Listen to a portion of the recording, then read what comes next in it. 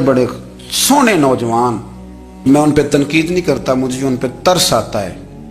जब मैं रात के अंधेरों में उन्हें टेलीफोन लेके चौकों में खड़े देखता हूँ तो मुझे रहम आता है। मैं कहता हूँ देखो, नफ्स की ख्वाहिश के पीछे ये क्या मसलन, आखिर क्या है इसमें? एक औरत के पीछे तबाह कर लिया अपने आप को, यानी ज्यादा से ये कोई मकसूद है?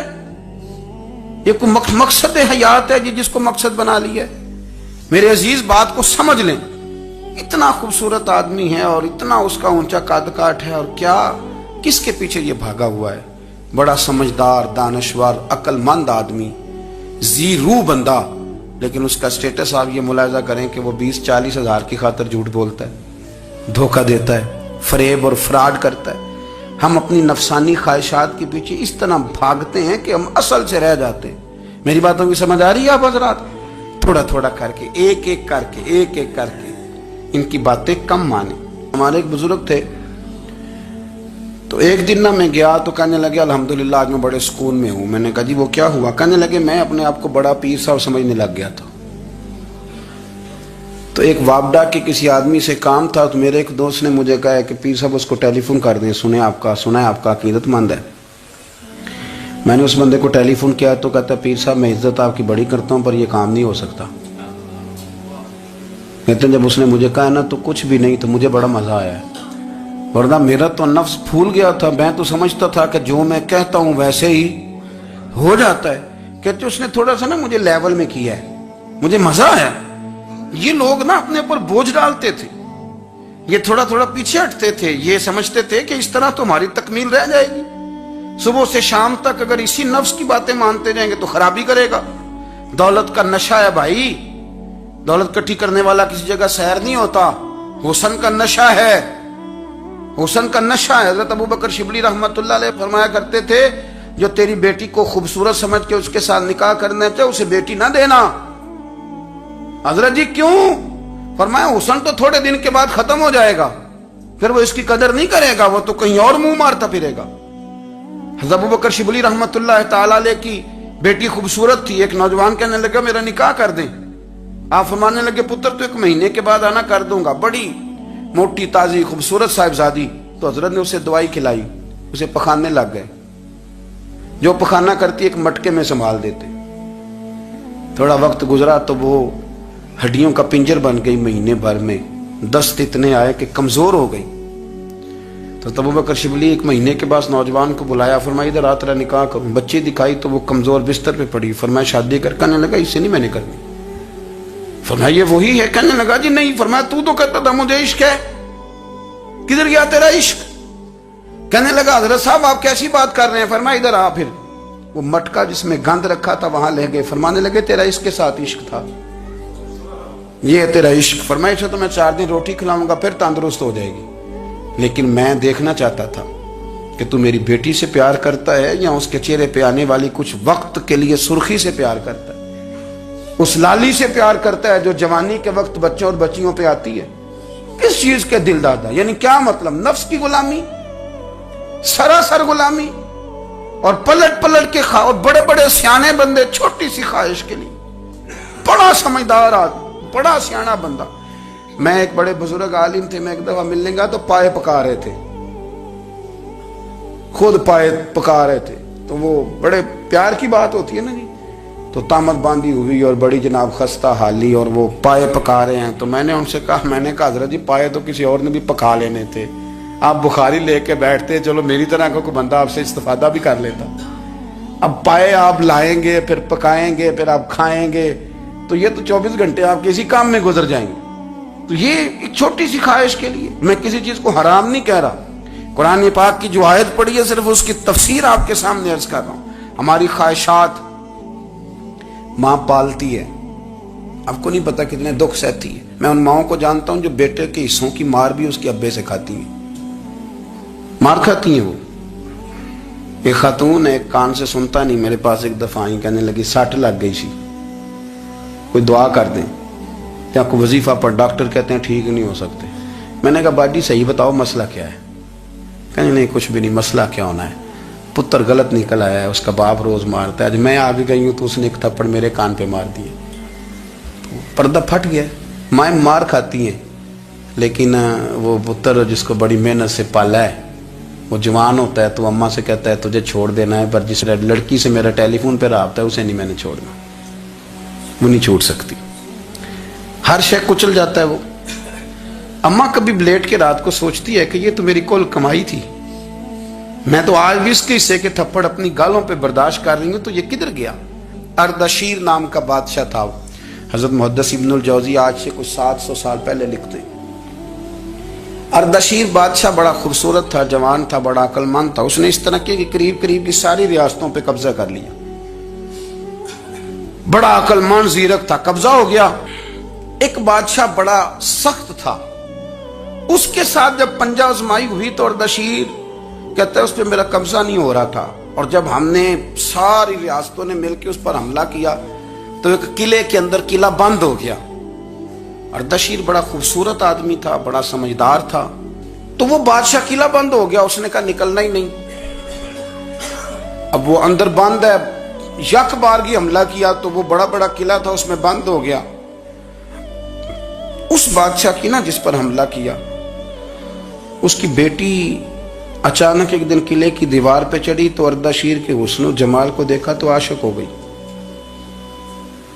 اور اپنے ہی باپ کے خلاف اسے کہنے لگی کہ اگر تو میرے ساتھ شادی کا وعدہ کرے نا تو میں تجھے رستہ بتاتی ہوں حملہ کرنے کا۔ اس نے کہا میرا وعدہ رہا، تو رستہ بتا۔ اس نے رستہ بتایا اس لڑکی نے، اور بادشاہ نے حملہ کیا تو اس کا باپ قتل کیا، اس علاقے پہ قبضہ کیا شادی کے وعدے پر۔ ہاں نفسانی خواہش بندے کو اندھا کر دیتی، نہیں سمجھ آتی اس کو میں کدھر جانا ہے، اندھا کر دیتی۔ حملہ کیا، اور جب اس لڑکی کو لے کے آیا نا اپنے محل میں تو پہلے دن شادی کی پہلی رات تھی، تو بستر بچھایا کنیز نے، تو وہ کبھی کروٹ ادھر بدلتی کبھی ادھر بدلتی، تو بادشاہ کہنے لگا کیا ہے؟ کہنے لگی بستر میں کچھ ہے مجھے تکلیف دے رہی۔ اس نے چراغ جلائے اور جب بستر اٹھایا تو ایک اتنا سا دھاگا نکلا، دھاگے سے عموماً تکلیف نہیں ہوتی، تو اس نے کہا تو اتنی نرم و نازک ہے کہ دھاگا؟ کہنے لگی میرا باپ نا میرے ساتھ اتنا پیار کرتا تھا کہ روز میرا بستر بھی خود بچھاتا تھا، اور اس نے آلہ رکھا ہوا تھا، وہ ناپتا تھا کہ کوئی پایا اونچا نیچا تو نہیں، میری بیٹی کا بیلنس سوتے وقت خراب نہ ہو جائے، اور میرے لیے گوشت اور کپڑے بھی خود پسند کر کے لاتا تھا، کھانے پینے کا خود خیال کرتا تھا۔ اردشیر کہنے لگا اچھا وہ اتنا پیار کرتا تھا، اور پھر تو نے اس کے ساتھ کیا کیا؟ کہنے لگا بلاؤ کنیزوں کو بلایا، فرمایا اس کو اٹھاؤ اور جلاد کے پاس لے جاؤ، اسے کہو کہ اس کے بال ایک گھوڑے کے ساتھ باندھے، پیر دوسرے گھوڑے کے ساتھ باندھے، اور ایک گھوڑا ادھر بھگا دے، کدھر بھگا دے، یہ جس کے باپ نے اتنا پیار کیا یہ نفس کی اتنی غلام ہے کہ اس کی وفادار نہیں رہی تو میری وفادار کیسے بنے گی؟ اس نے اتنے نازوں سے پالا کہ دھاگا اسے برداشت نہیں۔ او یارو یاد رکھو، اگر نفس کی غلامی کرو اور بڑے بڑے وفاداروں کو چھوڑ کے غلامی کرو تو پھر کہو وفادار مل جائیں، کوئی بول اب لڑا نہ بول بیٹھی ہوں دے خسم ناراض بڑ بولیاں دے، کہاں سر کھائے تے بلبل ٹھنڈ پائے، بڑے فرق نہیں سجنا بولیاں دے، جڑیاں خسماں دی وچ رضا وسن، پاگ جاگ جاندے انہاں گولیاں دے، آپ ادلیاں نو سردار پین تکے تے شرما والیاں نو چوٹے ڈولیاں دے۔ اپنے نفس کے پیچھے چلو کہ تو یہ تباہی ہے، جب ہم نے کسی سے وفا نہیں کی تو یہ کیا امید ہوئی کہ دنیا ہم سے وفا کرے گی؟ اللہ رسول کی مرضی کے مطابق اصول پسند زندگی بنائیں، ایک ایک کر کے اپنی خواہشات سے پیچھے ہٹیں، تھوڑے پہ گزارا کرنا سیکھیں، اپنے نفس کو سمجھائیں۔ ضروری نہیں کہ روٹی ہر وقت مزے کے لیے کھائی جائے، کبھی کمر سیدھی کرنے کے لیے خشک روٹی بھی کھا کے دیکھو، کبھی سادہ کھانا اس پہ بھی اکتفا کرو، کبھی تھوڑا کھر کے اچھے طریقے سے سادے کمرے میں بھی اللہ کو یاد کر کے دیکھو، نفس کے پیچھے نہ بھاگیے گا، تباہی کرے گا۔ فرمایا خواہشوں کے پیچھے نہ چلنا، تمہیں اللہ کے راستے سے بہکا دیں گی، اور فرمایا بے شک ان کے لیے سخت عذاب ہے جو اللہ کے راستے سے بہک گئے۔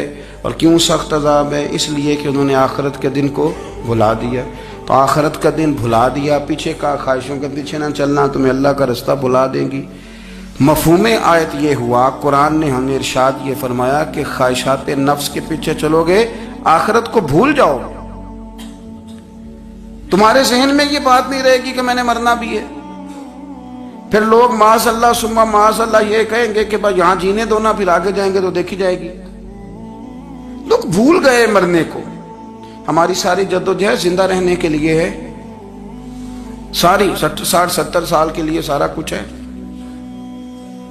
आप देख लें, टटोल लें किसी बंदे को, सिर्फ जितनी मेहनत कर रहा है वो जीने के लिए कर रहा है। रब करीब के बंदे जितनी मेहनत करते थे मरने के लिए करते थे, तो मरने के लिए कोशिश करते थे कि मर जाना है, उसके लिए जद्दोजहद। हम जितनी जद्दोजहद कर रहे हैं सारी जीने के लिए, जीने के लिए। मेरे रसूल करीम सल्लल्लाहु ताला अलैहि वसल्लम का एक फरमान है मुस्नद इमाम अहमद बिन हंबल में, और बड़ा निराला, बड़ा अनोखा और बड़ा माना खेज है। हुजूर सैयद आलम सल्लल्लाहु ताला अलैहि वसल्लम ने फरमाया, बड़ा बेवकूफ़ है वो शख्स, ज़रा तरतीब देखिए, हुजूर की ज़ुबान से निकले हुए हिकमत के मोती।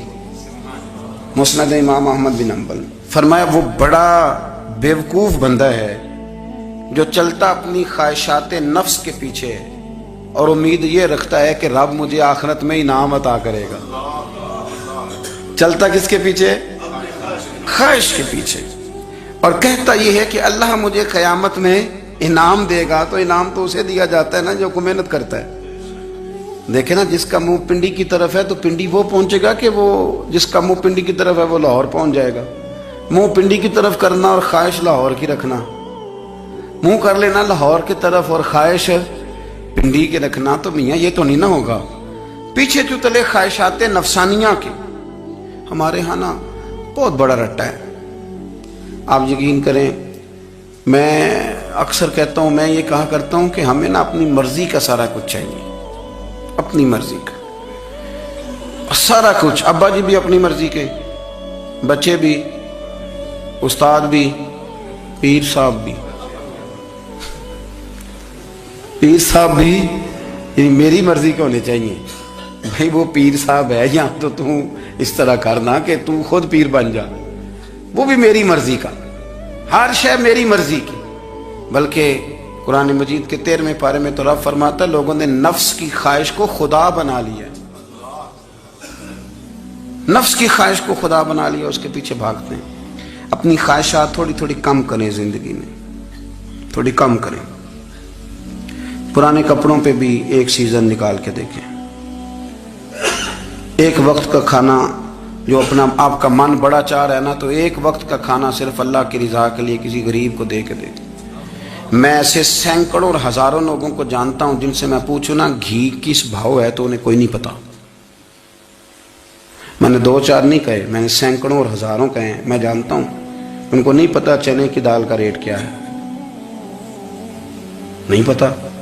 और मैं ऐसे भी सैकड़ों और लाखों को जानता हूं कि जिसकी बीवी रात को खामद को कहती है कि जो सवेरे घी लाए थे वो ख़त्म हो गया, सवेरे बच्चों ने स्कूल जाना है तो पराठे पकाने के लिए घी कोई नहीं, तो दरमियान वाला बेटा तो खुश्क रोटी भी नहीं खाता।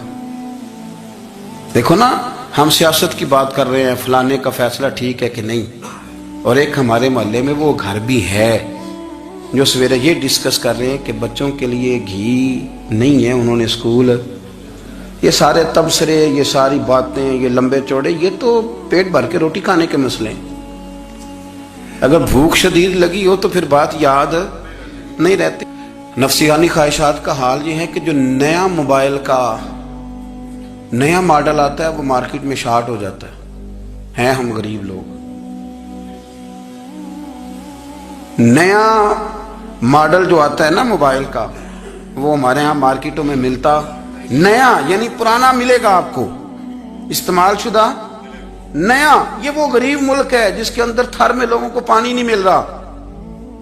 और मेरे नफ्स की ख्वाहिश है कि कहीं मुझसे पहले, मैंने अपने कानों से सुनी है, बीवियां कपड़े खरीदती कपड़े की दुकानों पे, कहने छाट है तो डिजाइन बड़े लोग का पा लिया है, वो दे जो भी किसी ने, जो मैरिज हॉल ज्यादा महंगा बनता है ना उसमें रश ज्यादा है। सस्ते मैरिज हॉलों के अंदर रश, जाएं जाके तजिया कर लें, मैं आपको नतीजा निकाल के दे रहा हूं। ओ भाई किधर है वो गरीबी, किधर है वो गरीब लोग? वो तो पता नहीं बेचारे कहां सो गए, कोनों में लग गए, वो तो सांस भी नहीं लेते। हमारी ख्वाहिशात नफसानियां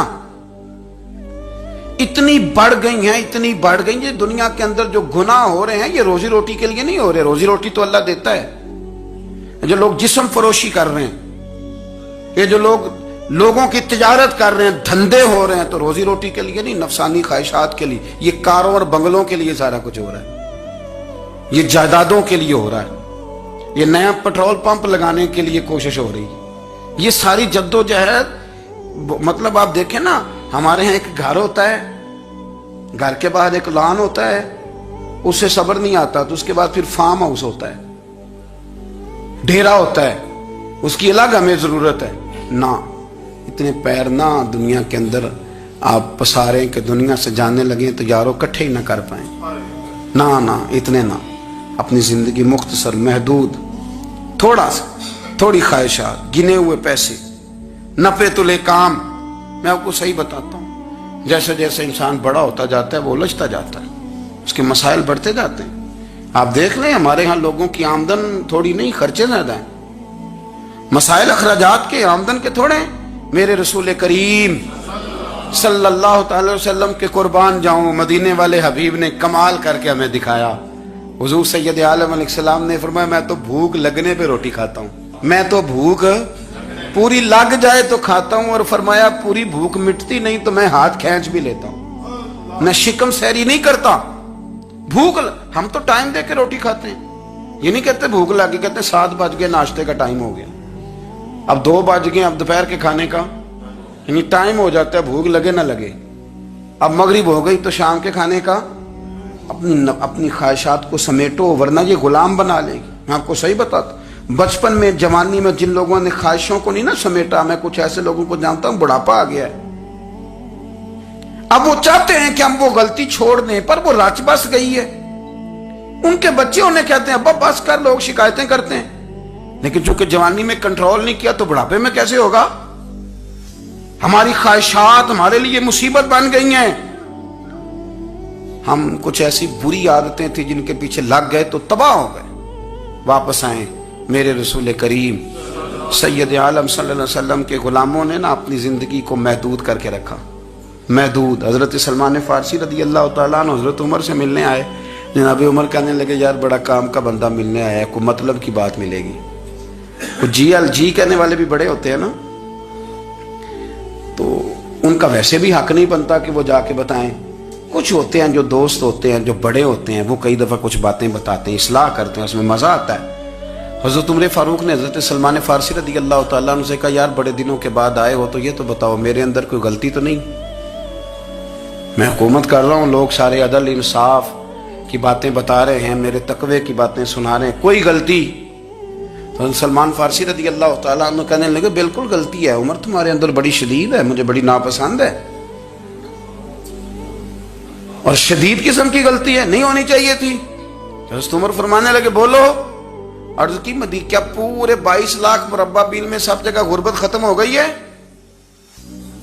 हजरत उमर कहने लगे नहीं। तो फरमाने लगे, मुझे पता चला है कि जब तुम्हारे पास दोपहर का खाना आता है तो सालन के साथ चटनी भी आती है, ये गलती नहीं? तुम्हारी हुकूमत में 22 लाख मुरब्बा मील, 24 लाख मुरब्बा मील सारे बंदे पेट भर के रोटी खाने लगे। अर्ज की नहीं। तो फरमाने लगे हजरत सलमान फारसी, उमर फिर तू 2-2 सालन खाता है एक वक्त में, अल्लाह से डर नहीं आता? तो जनाब उमर फारूक रो पड़े।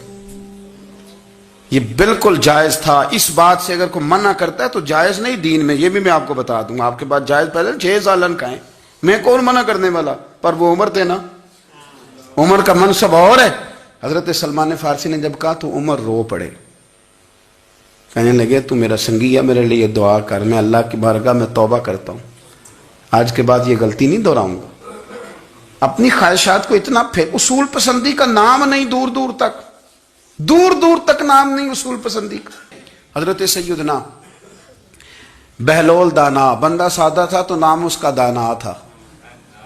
आप बैठे थे तो हारून रशीद का लश्कर आने लगा, तो वो एक बंदा दौड़ा आया, कहने लगा बाबा रास्ते से उठ जा, हारून रशीद आ रहा है। तो आप फरमाने लगे, तू गुलाम है ना, तूने ड्यूटी कर दी है ना, इतला दे दिया, मेरी मर्जी उठूं चाहे ना उठूं, तेरी ड्यूटी पूरी हो गई, तू जा, तेरा काम हो गया। कहने लगा बादशाह मैं उसका गुलाम हूं, तो नाराज होगा, तू उठ जा। तो बादशाह कहने लगा तू उसका गुलाम है तो वो मेरे गुलाम का गुलाम है। اور اگر تجھے زیادہ دقت ہو تو اسے جا کے بتا دینا، بے شک میں کوئی ڈرتا نہیں اس سے۔ ہارون رشید کو جا کے بتایا کہ وہ سادہ سا بابا ہے، تو وہ کہتا ہے کہ ہارون رشید میرے غلام کا غلام ہے، تو ہارون رشید بھی ناراض ہوا، کہنے لگا پتہ کر لیتے ہیں۔ جا کے پوچھا یہ تم نے کیا کہا، غلام کے غلام؟ تو آپ فرمانے لگے بادشاہ سچ بتا، تو اپنے نفس کا غلام نہیں تو نفسانی خواہشات کا بتا، تو غلام نہیں تو دوسرے بادشاہ کا جس طرح کا تخت اور تاج دیکھتا ہے اس طرح کا بنوا کے رکھ نہیں لیتا، تو غلام ہے کہ نہیں نفس کا؟ بادشاہ چپ کر گیا۔ فرمانے لگے تو نفس کا غلام ہے اور نفس میرا غلام ہے اور میری مرضی پہ چلتا ہے، تو اب بول تو غلام کا غلام ہے کہ نہیں؟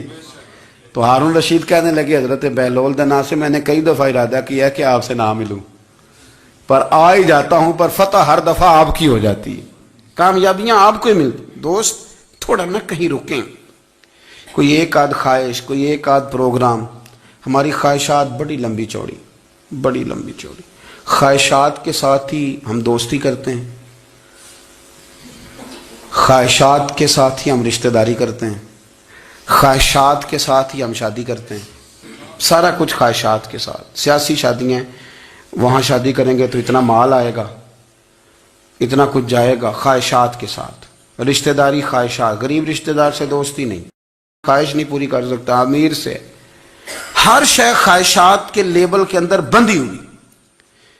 آپ دیکھ لیں سارے معاملات کو ہم نے اپنی نفسانی خواہش کے اندر رکھ دیا ہے، میری مرضی کے مطابق دنیا چلے تو ساری اچھی ہے، اور میری مرضی نہ سنے تو بندہ ایک بھی اچھا نہیں ہے۔ اپنی خواہشات کے چنگل میں اپنی غلامی اختیار کر لی، صبح سے شام تک نفسانیت ہی نفسانیت۔